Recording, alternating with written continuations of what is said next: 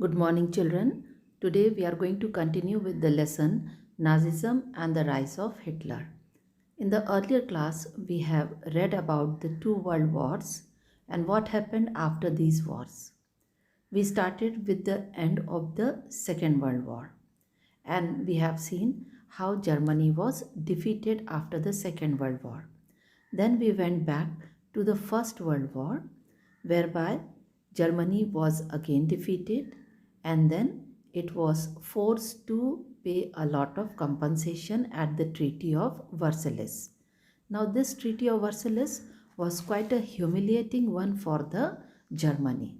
Now, at the same time, Germany faced great economic challenges also. There in the years of depression, even the US could not help Germany to come out of its economic depression. So we could see wide scale unemployment, savings being reduced, people sitting in the corners of the streets begging for job. So a lot of problem was there. So all these crises in the economy, politics and society, it formed a background for Hitler's rise to power. In this chapter or today's class, we are going to read how Hitler rose to power, how he destroyed democracy and established dictatorship in Germany, and then he followed his policy of Nazism. So we start with the initial years of Hitler. He was born in 1889 in Austria and he had spent his youth in poverty. And when the First World War broke up, he was enrolled in the army. He acted as a messenger and then he became a corporal and then also earned lot of medals for the victory. But when Germany was defeated in the First World War, this defeat horrified him, and as a result, he joined a small group of German Workers' Party, and finally, this party was changed and again renamed as National Socialist German Workers' Party. This party came to be known as Nazi Party. During the Great Depression of 1929, Nazi propaganda stirred hopes for a better future. And in the election of 1932, Nazi Party became the largest party with 37% votes. Hitler was a very powerful speaker, and when he spoke, his passion and his words it moved the people.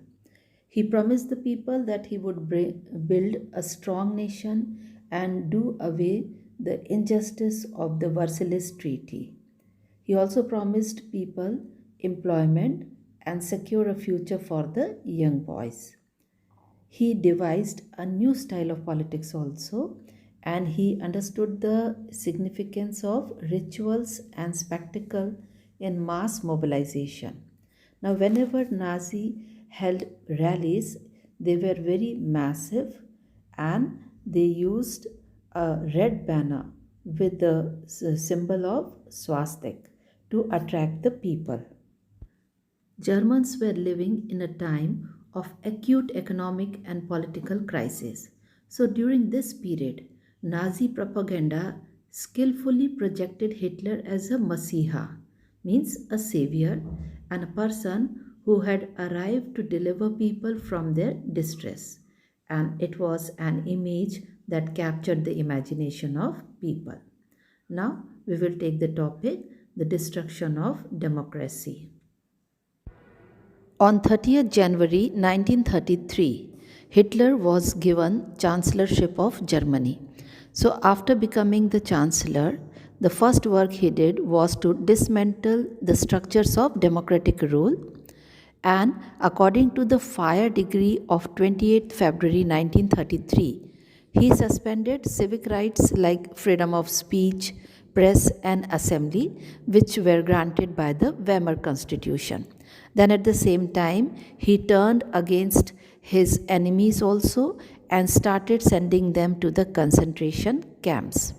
Then, on 3rd March 1933, he passed a famous act called as Enabling Act. Now, this act established democracy in Germany and it gave Hitler all powers to sideline parliament and rule by decree. So, according to this act, all political parties and trade unions were banned except for the Nazi party. And the state established a complete control over the economy, media, army, and judiciary. Then, at the same time, he also set up special surveillance and security forces to control and order society in which the Nazi people wanted. Extra constitutional powers were given to the newly organized forces like Gestapo, that is, secret state police, the SS, that is, the protection squads, and criminal police and security service. People could now be detained in Gestapo torture chambers or arrested without any legal procedures. So we can say that the Nazi state got a reputation of the most dreaded criminal state. Now Hitler turned his attention towards the reconstruction. So, for reconstruction of Germany, he assigned the responsibility of economic recovery to an economist. His name was Hjalmar Schacht. Now, his aim was at full production and full employment through state-funded work creation program. Now, all this project produced the famous German superhighways and people's car also. In foreign policy also, Hitler acquired quick success. First of all, he came out of the League of Nations in 1933 and reoccupied the Rhineland in 1936. He integrated Austria and Germany in 1938 under the slogan One People, One Empire and One Leader. Hitler chose war as a way to come out of the economic crisis which we have seen that Germany was facing. He felt that resources can be accumulated through expansion of territory. As a result, in September 1939, Germany invaded Poland and this started a war with France and England. In September 1940, a tripartite pact was signed between Germany, Italy, and Japan, which helped Hitler in strengthening his international power. Then, by the end of 1940, Hitler was at the height of his power. Now, Hitler had a very long term aim of conquering Eastern Europe. So, he attacked Soviet Union in 1941, but he made a historic blunder and suffered a crushing and humiliating defeat by Soviet Red Army. Now during all this period, USA had not entered the war and at the same time Japan was expanding its power in the east. When Japan extended its support to Hitler and bombed the US base at Pearl Harbor, the US entered the Second World War.